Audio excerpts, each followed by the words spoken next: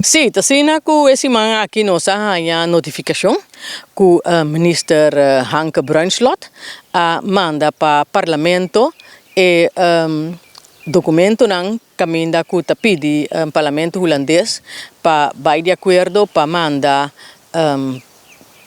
para hinka papiamento de boneiro bau de carta europeia para regio minoritário e idioma de minoria.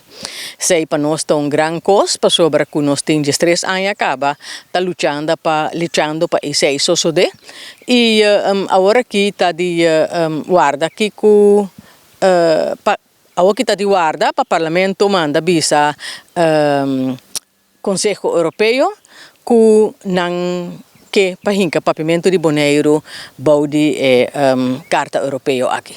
É luta que estava difícil? E não estava tanto difícil, mas que estava largo. Estava largo, estava tempo tá queda passa para mim que vou volver por tende coisa, volver reunir, pois pero ilaga nós vai mirar na recta final que agora que falta luna, dia 22 de dezembro, nós lo tende que a carta a sali para Conselho Europeu. O que significa o papiamento?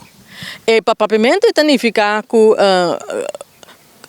papiamento te queda reconhecer internacionalmente e também é oportunidade diferente, mas ventaja para o idioma riba quadro de educação que tu ensinam. Pero nós não trabalhamos em detalhe ainda, lá nós guarda para sobre que nós agora 12 anos, 13 anos acaba, dus pouco a pouco. Cada está nós tem no pueblo na altura que está passando.